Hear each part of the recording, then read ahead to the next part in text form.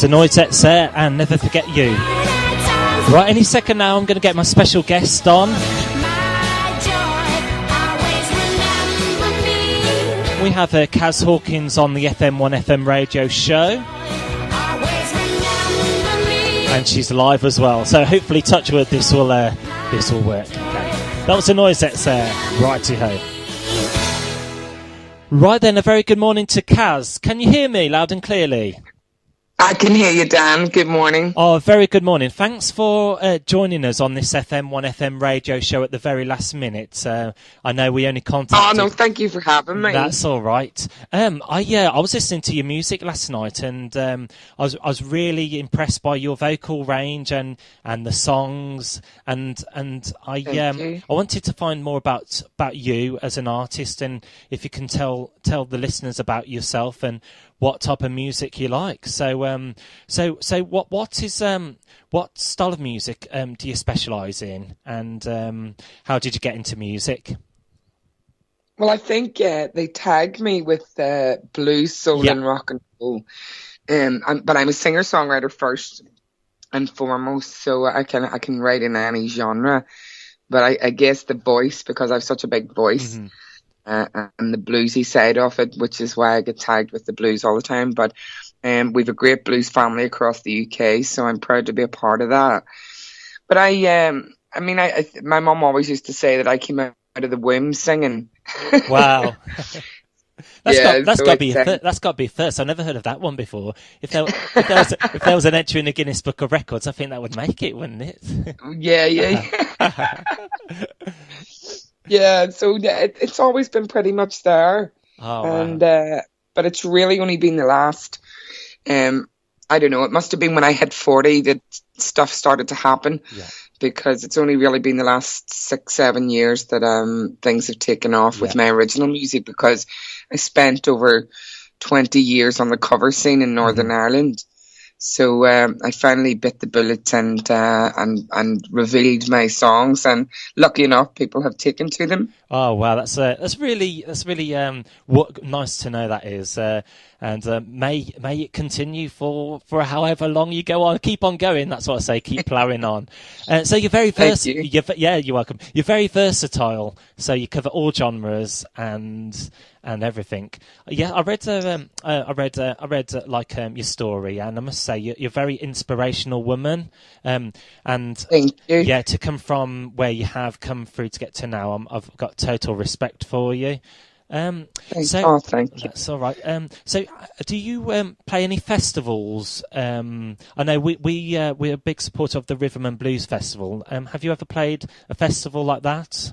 Or the Cone at Cone. Yeah, that's the one. Yeah, I just played that. Oh wow, how did that go? Because it was great. Oh wow, it was great. I played the Muni on the Saturday, I think it was the Friday or Saturday night. I can't remember. They all start to roll into one when you're on the road. So I'm literally at the end of touring this year. So we finish in at the end of November. So I have a load of dates left still to do.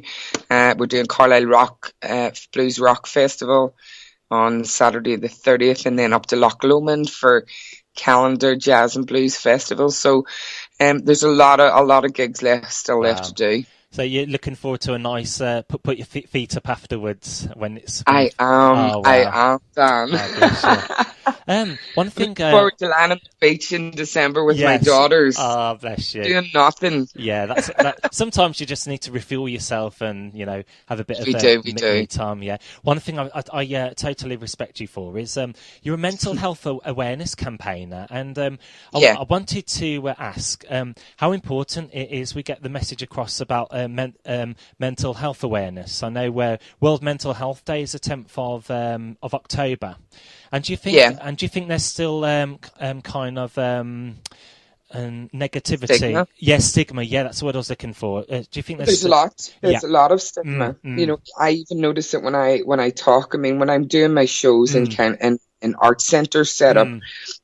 I will talk people through my life, and because most of my songs are about my life and the trauma that I came through. I'm one of the lucky ones. I always say music saved my life.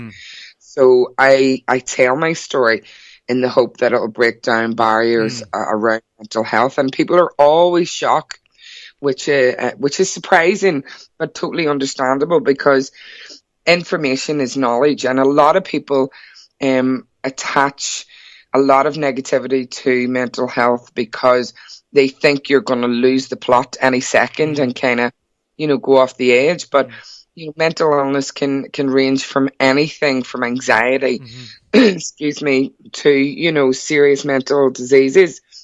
And I think once people start to learn about what it is, if you have a broken leg, people don't necessarily worry too much if somebody's got a broken leg, but if you've got a mental health problem, you can't see that. And it's very, very hard for someone to say, I've got a problem, or I have issues.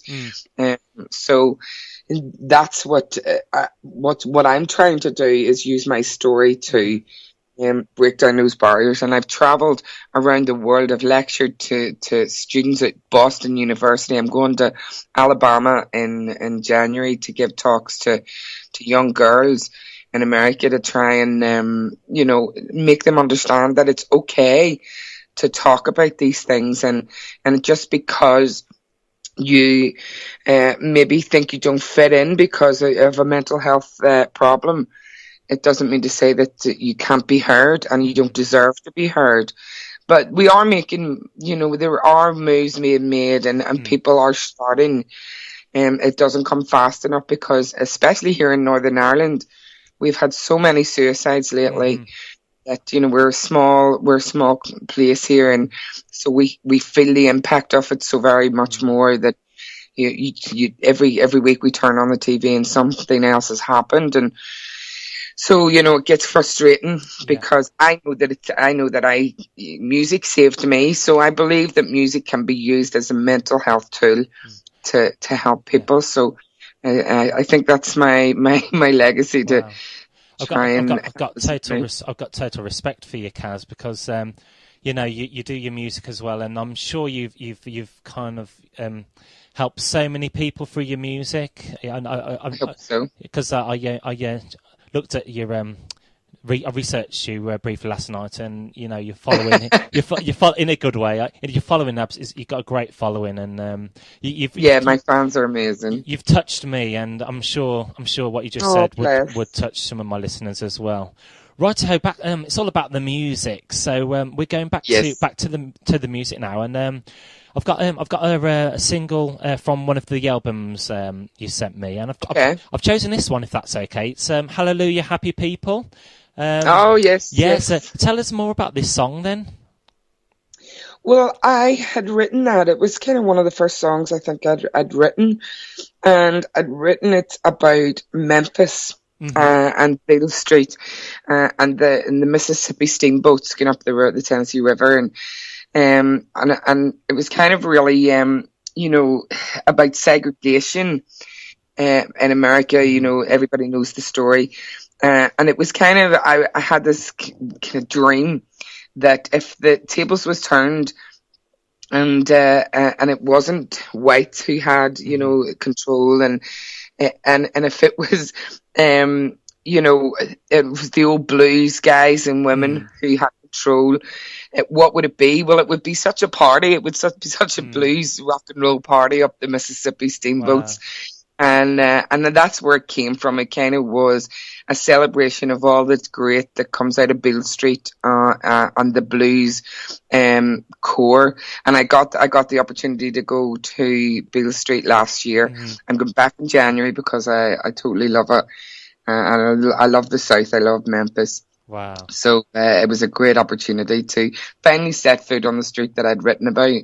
Wow, that's inspirational. I know I keep using that word, but it's it is. So thanks, Kaz, for taking the time and sharing your experiences and everything. And I wish you well on your travels and your music. The very best to you. And Thank you so much, yes, you're welcome. We're going to play this song now, Hallelujah, Happy People. So this is FM1 FM. This is Kaz Hawkins featuring Sam York, Hallelujah, Happy People.